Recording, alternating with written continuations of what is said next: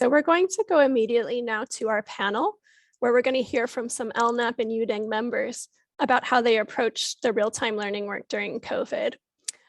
So we have 4 panelists today from World Vision, the Norwegian Refugee Council, UNICEF, and FAO. So without taking more time, let's go immediately to our first panelist, who is Jamo Huddle of World Vision. So Jamo Huddle is Director of Meal and Knowledge Management at World Vision. She holds a PhD in human nutrition and has 24 years of experience with more than a decade of field-based work. So Jamo, the question for you is, we know that World Vision has this long history of conducting real-time evaluations. Can you tell us about how the real-time approach to COVID-19 was different? So over to you, Jamo.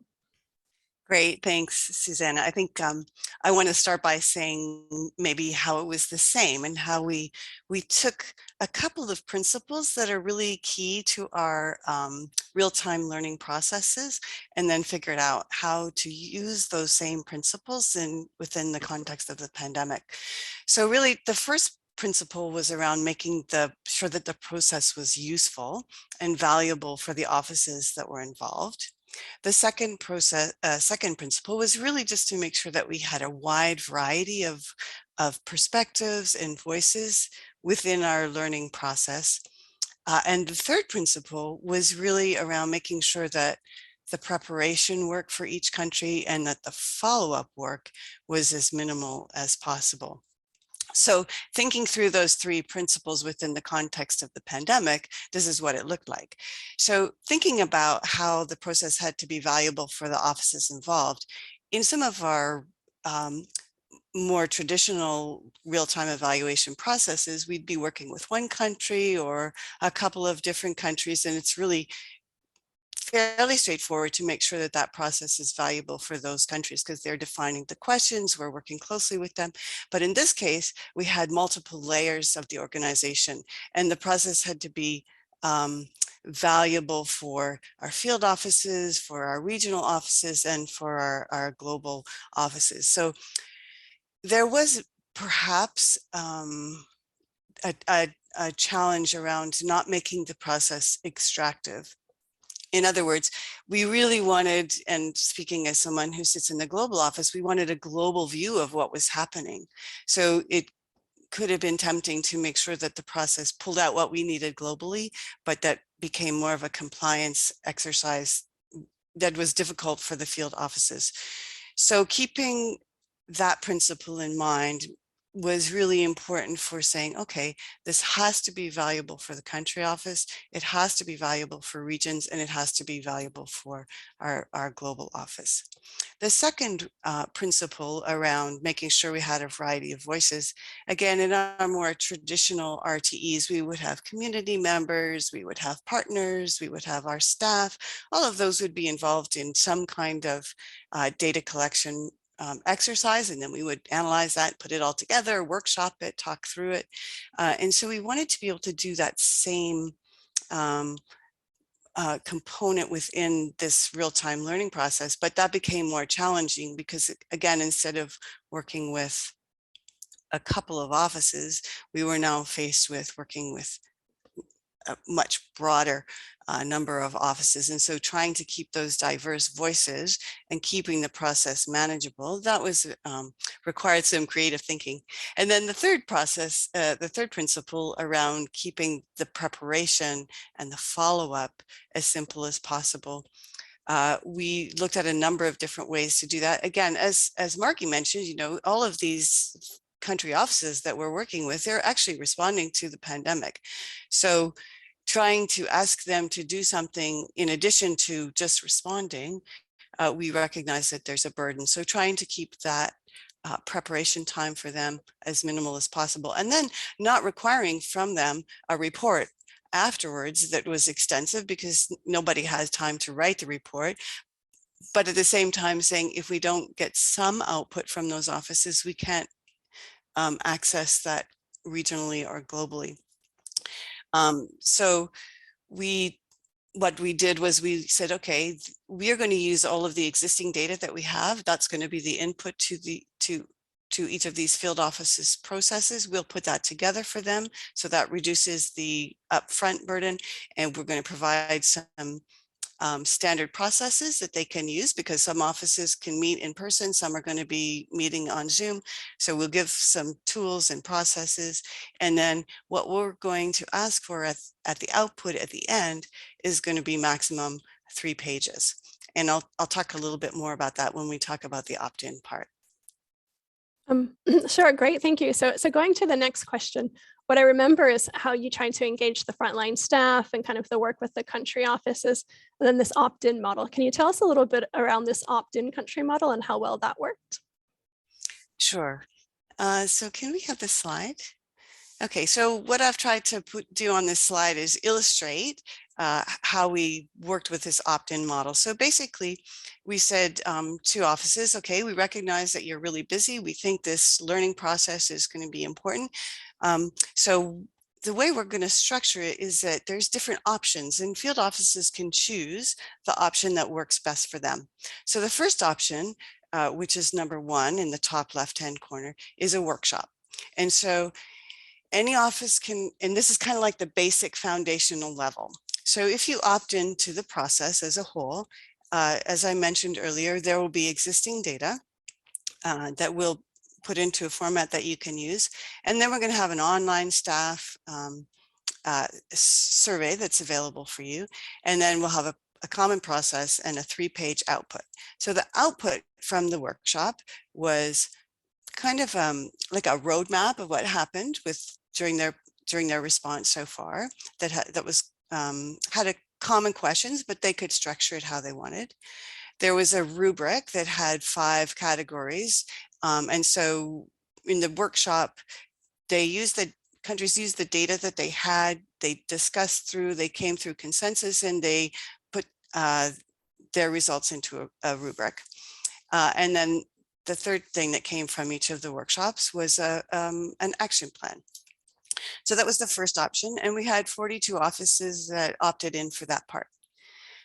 In addition to that, they could opt into having an online survey, and so we had over 2,600 staff who participated in that, and that was mostly quantitative, but some qualitative data. So as Margie mentioned, we did ask staff what they were most proud of, and that was a qualitative aspect of that survey. Centrally, we analyzed that data and sent it back to offices for them to use in their workshop. I would say of all of the 42 offices, most of them also opted to have this staff online survey as well. In addition to that, option number 3, they could have KIIs with partners. And so we organized, so we had a common questionnaire that was sent out to offices. And I think we did that in 5 or 6 languages. We analyzed that centrally and sent that back to the field offices. So when they gathered for their workshop, they had the existing data, they had staff survey data, and they had data from these KIIs. And then the fourth option we offered was if they wanted to involve community members, we developed a community survey, and some offices chose that. And then we had household level data. So all of that was done at the field office level. And again, offices could opt into any of those 4 or all of those 4, or they could choose not to opt in as well if they didn't have time, didn't think that was useful for them. Then at the global level, we also conducted a number of KIIs. Some of those we did online because we didn't have resources to do that as many in person. And then we did interviews as well with internal and external partners and staff.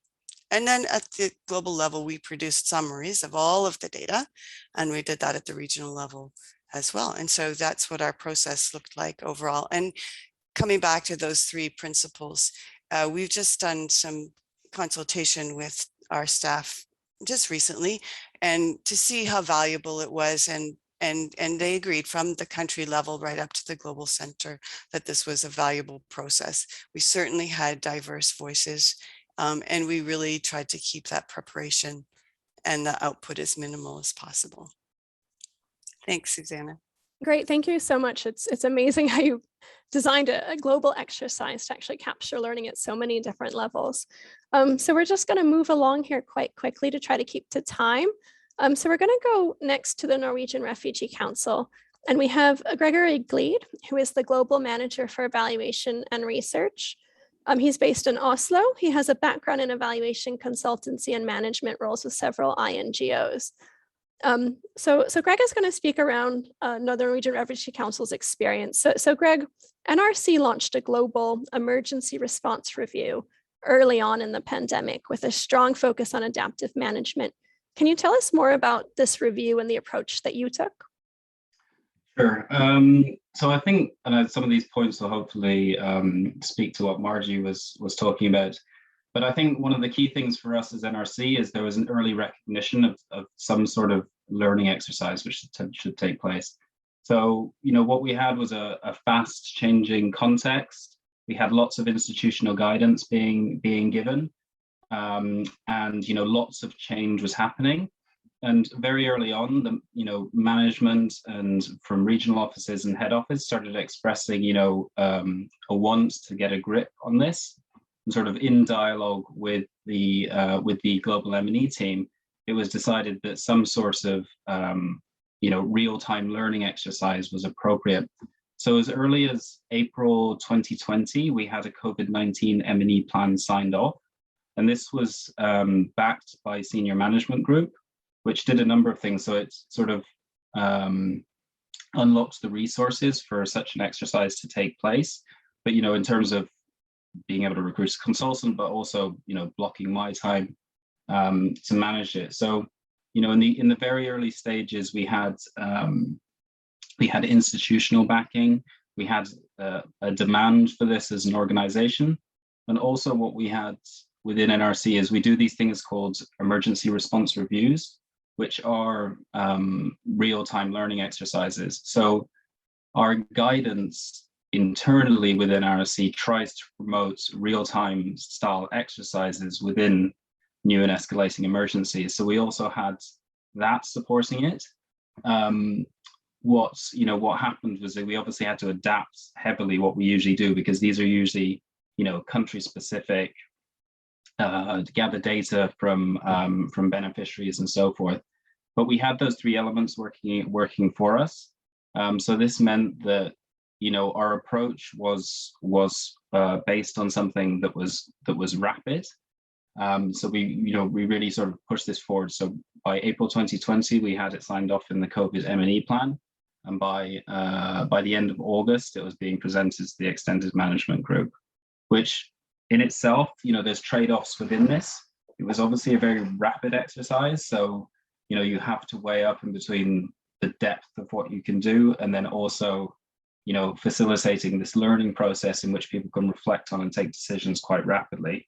Obviously, the emphasis was on the latter for us to push forwards an exercise, which we tried to consult as broadly as possible, but obviously there was limitations with the time frame. So I think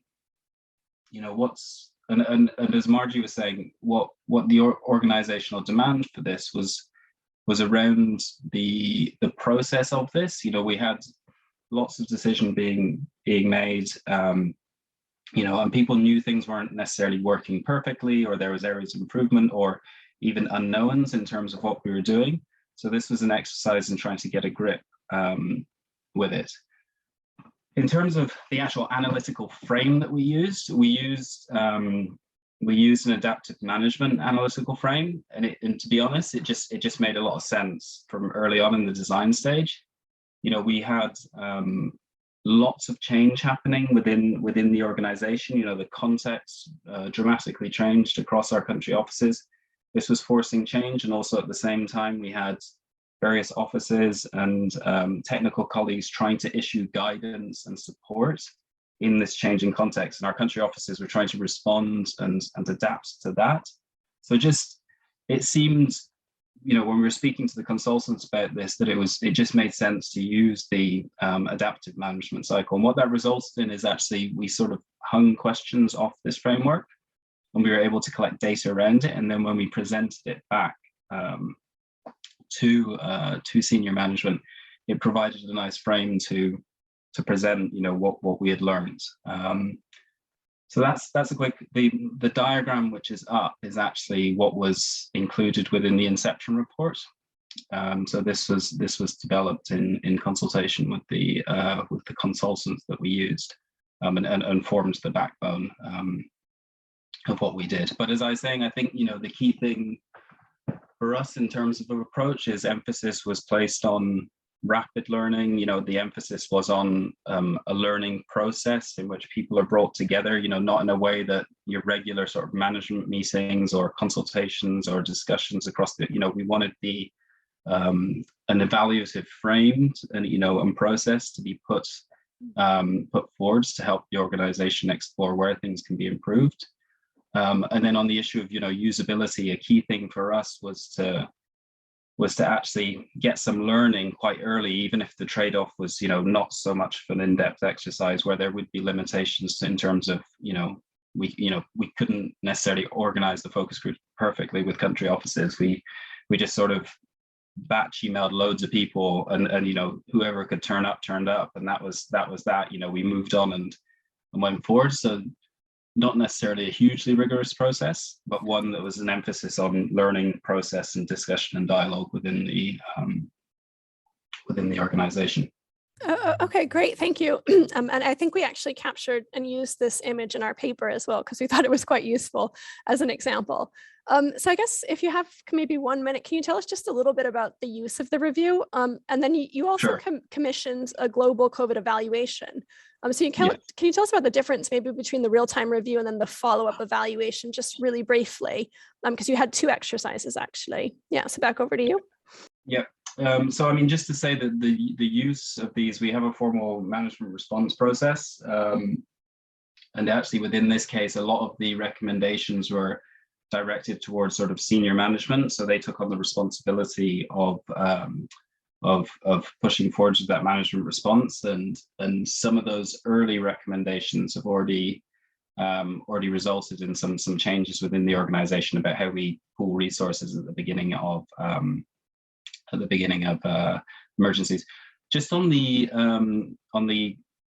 evaluation that we just finished, we recognized that the first exercise was, quick, emphasis was on rapid, and we wanted to do something a bit more in depth, especially getting with a focus on learning at country office level and engaging with country office colleagues more, because a lot of the initial emergency response review, the RRTL, focused on the global response plan, which is sort of a head office push thing, and we wanted to learn from country offices. So we did a multi-country case study, which the methodology overview is here. But the idea was, once the dust had settled, to go in and see how country offices adapted and look at different contexts to see if there was any learning for the broader organization. So that was the differentiation between it. And it was also something that was signed off within the original M&E plan. I'll stop there. Great, thank you, Greg. So I think this speaks to the phased approach that we talked about in the paper that some organizations adopted. So we're going to move along now to some UN examples. Our next panelist is Riccardo Polastro from UNICEF. So Riccardo is an evaluation advisor at UNICEF's regional office for Latin America and the Caribbean. He has 20 years of experience in humanitarian affairs and development with the United Nations, the International Red Cross Movement, NGOs, and donors. So my question to Riccardo is, you have quite a bit of experience with real-time evaluation. I believe you've also written about it in the past, and you have experience with several UNICEF real-time learning exercises during COVID. What do you think has driven the renewed focus on real-time learning, both within UNICEF and then more broadly during COVID? Riccardo, over to you.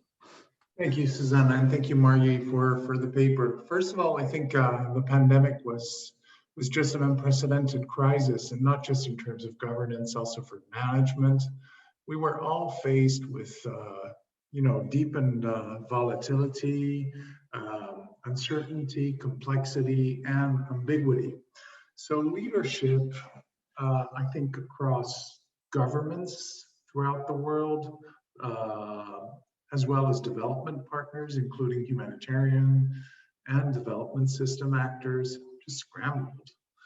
So they were all asking themselves, you know, how can we better deliver in such fluid and dynamic settings, and thinking about the now and here, but also not just about that, the real-time dimension, you know, with data and monitoring, but also the where to, and that is where the learning dimension goes, and is the data we have good enough? So the demand to learn grew, and to capture your words, Margie, the hunger was not just within a few countries, it expanded throughout the world, at least within several organizations. We had remote and adaptive management that prevailed across the different humanitarian and development actors. And then real-time learning helped us navigate this unprecedented operational fog. And leadership was open to learn on the go. So we dropped the loaded label of evaluation initially, and we launched ourselves in an adaptive management review in East Asia and the Pacific. So that was nested in our management team meeting. That was a couple of hours with senior management, all our different chiefs of the different sectors together, focusing on a 14-country office region. And even if we had, you know, an activation of the L3, which is a large-scale emergency, which dictates real-time evaluations when that are centralized, we adopted a bottom-up approach, or that adaptive management review then triggered a number of real-time assessments. These real-time assessments were built over 4 overarching questions. So they went beyond the traditional evaluation criteria. We were looking into adaptation, implementation, quality, and the lesson learning dimension. And this aimed to support our different regional offices' oversight role, so we could generate learning as the pandemic unfolded. So we customized the approach and we rolled it out to 41 country offices in 7 regions. And in the different 7 regions, we adopted different approaches to this.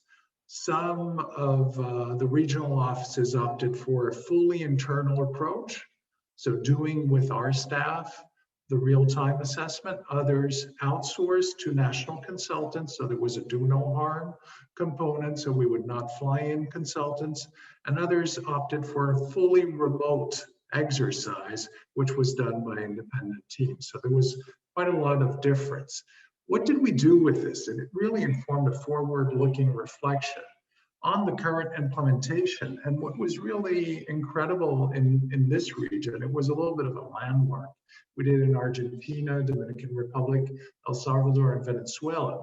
We triggered a live learning process as such. So there was a reflection on the current implementation of the different country offices, but we looked into what was happening, why it was happening, and how can we sustain our strengths and weaknesses. So these lighter approaches basically helped us navigate the water. It also triggered something much broader. It triggered uptake. Our regional director went wild on real time, really wild. I mean, and we were on a mission back in May in Haiti, and she was going, okay, we're doing a partnership with the Inter-American Development Bank. Let's do an RTA here. And then now we've got like 3 multi-country RTAs going on. We've got one of our response in the Gran Chaco Americano, so which is a region with very strong inequities in Argentina, Bolivia, and Paraguay. But we also have a real-time assessment of our support to the vaccine rollout and immunization program. So it really tilts the function. It gives it a new spectrum and also a new breadth in times where there are lots of interrogation about what we do and what do we prioritize in the midst of the crisis. Great. No, it's fantastic to hear that they've been so useful, that more have been commissioned. So maybe then in 1 minute, given all of your experience, what would you say is the biggest lesson learned for conducting real-time learning exercises. If you could just give one lesson to put you a little bit on the spot, what would that one lesson be for people who want to engage in this for maybe the first time? Yeah.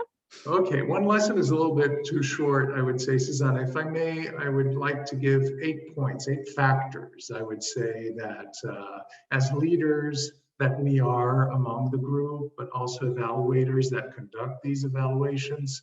First of all, creating the safe learning space is critical, and you need to introduce evaluative thinking in the ongoing processes. And so you need to learn from mistakes, test, experiment. And then there's another dimension where we need to facilitate processes, both managers and evaluators, ensure that regular feedback loops exist so that we boost the ownership across the organizations. And for something which is similar to all organizations, be clear in the intent from the start, but also adapt the scope. Don't be overambitious. These processes, the pandemic is here to stay, and we have a great opportunity on real-time learning, but be clear in the intent. And then keep a light footprint. We have this since Jeff Chris back in the days used to say this. We need all to fit in a Land Cruiser. He used to say that. Maybe we all need to fit in a Zoom meeting nowadays. And then tailor your methods so that these are understood by the different stakeholders, actively engage them, and then adopt, I think, the evaluation functions need to adopt a growth mindset as opposed to a fixed one. That's the fundamental, I think, lesson out of the pandemic. Otherwise, if you don't adapt the function, the evaluation function is going to be overly bureaucratic and it's going to die. You need to learn on the go. Over to you. Great, thank you so much, Riccardo. And I think if I remember, learning on the go was the title of one of your exercises. So yeah, great phrase. So just a quick reminder to the audience, if you have questions for any of our speakers, please do put those in the Q&A feature, and then we will go to the audience Q&A after our final panelist. And once again, you can upvote other questions. So our last panelist is Carlos Tarazona. So Carlos is a senior evaluation officer with the FAO.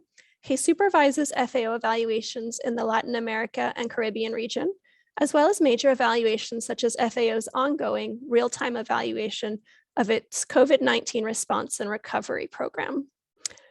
So Carlos, my understanding of FAO is that you started with a stock-taking exercise as the first step to the real-time evaluation.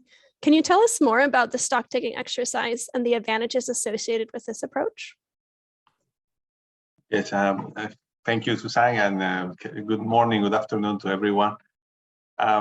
Yes, well, I mean, let me just give you a little bit of context. I mean, why we wanted to do this stock-taking exercise before we actually started planning the evaluation. As you can see on the timeline, you know, back already since the beginning of the COVID-19 pandemic, you know, already in February, March 2020. There was already a lot of institutional efforts, like in other agencies, to try to address the implications of COVID-19, in our case in FAO, in food systems, in the agricultural sector, and also in the rural areas. So for us in FAO, I mean, at global levels, I mean, there was a little bit of little attention being given at the beginning to food matters.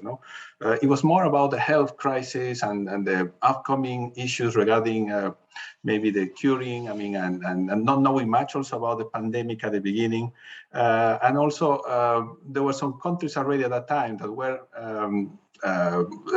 setting up some restrictions that were going to affect the food availability in many countries. There were trade restrictions. And there were also at country level, many countries going into lockdown. That was going to affect urban poor people, and also in the rural areas. I mean, there's often no social protection in rural areas. Once you limit, for example, access to markets, I mean, many rural people don't have a place where to sell their produce and so on and so forth. So for FAO at the beginning, it was quite a bit of advocacy work that went on to try to remind member countries, but also try to communicate to the people around the world that we needed to avoid this health crisis, from also becoming a food crisis. So there were a number of initiatives in which FAO was part, and also FAO launched a his own response program already relatively early in the pandemic, more or less in July 2020.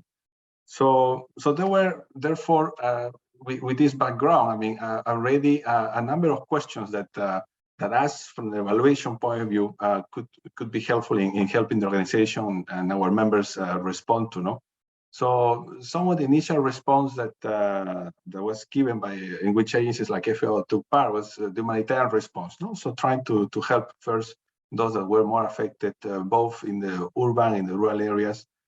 There was also some support given to countries, not so what policies to adapt. I mean, what benefits to give to people, not so that they can recover from the jobs they lost, from the limited access they may have now to other sorts of livelihoods, especially people in the formal sector. And most of you probably know, in the rural sector, most of the people are not benefiting from social protection services. They are really living by the day, you know. So we needed, at least in the case of FAO, to also try to promote quite a number of policies and measures so that governments can also reach out to those being left behind, you know, in this health crisis that in a way had already evolved into a huge socioeconomic crisis that still, by now, we don't even know the consequence yet in many of our countries. So there was, on the side of the organization and the members, a keen interest in trying to understand what was working, you know, out of these different responses in the short term, the humanitarian response, in the medium term, on the advocacy that was being given to countries, and also on the policy advice. And also internally within the organization, there were good practices, there were lessons learned in different parts of the world of what was working better for providing humanitarian response to farmers, for example, or to fisher folks, or in advising countries on how to cope with some of the trade restrictions or some of the limited access to markets that some farmers have because of the COVID. And therefore we had to think about this together with management and with some of our clients, and see what we could do now, given that there was this demand for this information, to give some quick feedback, and also for us not to start also thinking about as an evaluation office, how best can we design an evaluation that will respond to those different needs for information from an evaluative point of view. So we decided to start the RTE with this stock taking, already with the idea of identifying what works, what lessons learned we have, what were the good practices during implementation. Then we also wanted to make sure that the RTE was seen as a learning exercise, something that was going to be helpful also for the organization to improve the implementation of the response. It's not meant to be a final evaluation. It's meant to be something that can be useful both on the spot, but also in the long term. And then, being an evaluation, we also wanted to highlight the importance of the early results, because it is possible to identify those early results and not only to provide some feedback on how business was continuing, or how was the coordination or intelligence management issues. And at the end, also this stock taking was very useful for us to focus the next evaluation on issues that were going to be useful for the organization and the members in their way to keep implementing this COVID-19 response and recovery program. So. Great, thank you, Carlos. So can you tell us a little bit more about what you did in the real-time evaluation that was different in order to enhance learning? Yes, thank you, Susanna. Well, I think I'm borrowing also from the early presentation from you, Susanna, Margie, on the RT. I mean, we use different techniques and methods. No, we use synthesis, and for example, very beginning of the response. We already knew that before. It's not the first time we have a pandemic. There was similar epidemics before. There was Ebola. There was also the avian flu. So the first thing we did was also to inform the stock taking and other exercises was to do some synthesis of evaluations and to identify those lessons from the past. So and that was a good tool for that beginning of the exercise. Then when we started to capture early results, and we wanted to also identify changes that had happened. I mean, we started to do some rapid assessments, some sabermetric analysis, because there were already, as I said, some early results available, but we had to be a bit creative in trying to find ways to get access to them, and especially in the context in which, as many of you know, I mean, it was very difficult to reach out directly the beneficiaries of some of the response. So, but there were many ways to do this indirectly. You know? And I think still, no, reaching out beneficiaries is important. But in our case, we focused that part of the exercise in trying to understand what was the contribution that the organization made for them to be able to cope with the effects of COVID-19. So therefore, doing this contribution analysis is also a very interesting element for us as evaluators, not to bring up evidence that can be helpful for management to make decisions. And I think also, Susanna, Mario, you mentioned also the importance of having these phased approaches. No, I call it stepwise, because in a way we thought about this. You know, first we already know what works from other pandemics. Let's do some lessons, identify. Let's gather some evidence. Let's do some summary from them. And this, I have to say, we didn't do it alone in FAO, because it wasn't only us who were asking for information. We did it with other UN agencies, we did it with other bilaterals, with other NGOs, with other international financial institutions. And I'm glad we did that also in the context of a global partnership like the COVID-19 coalition, because allow us again to share this information as widely as possible, because when we talk about what works to protect farmers from this COVID, it's not something only relevant for us in FAO, but also for other organizations around the world. And as I said, now focusing a little bit more on the response, we wanted to do a quick stock taking. It was 3 months, but it had a global outreach, and still it was very much in demand by the different organizations and offices with which FAO works, also internally, because there was really this need to share among people, And I think, as Riccardo said, or other colleagues said, I mean, now we can all fit in Zoom, I think the limit is 1,000 people. So if we can share with 1,000 people in a go, let's do it, And I think that was something different, that before we didn't do. We didn't really make now we're making a greater use of these new facilities that we have. And I think now, I think it was Greg of Jamo who said, well, now the dust settled.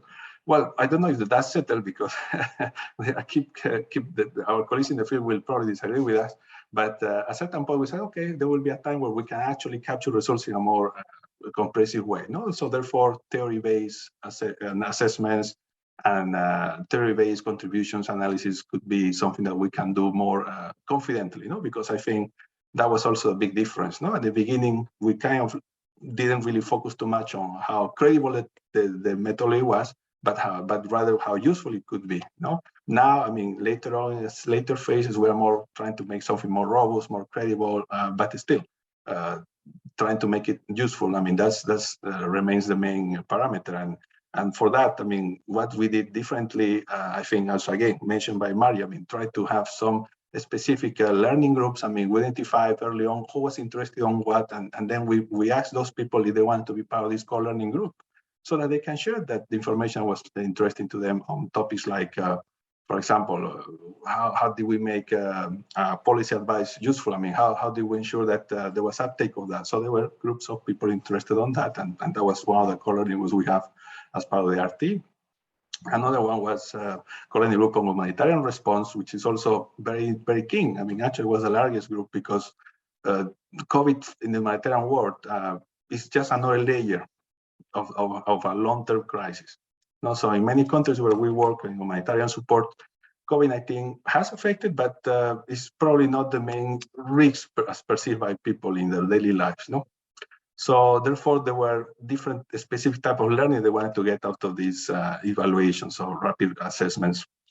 And sometimes it was really interest from different countries. So we made sometimes global events on those topics, or even regional events when context was important. And last but not least, I mean, as I said, and as we are doing today, I mean, what we're trying to do is partner engagement, because what we are sharing today, I hope, is also useful to colleagues in NGOs, to colleagues in the field, to colleagues in other UN agencies. And I think this is something that we didn't do before as much as we're trying to do now. So thank you, Susanna.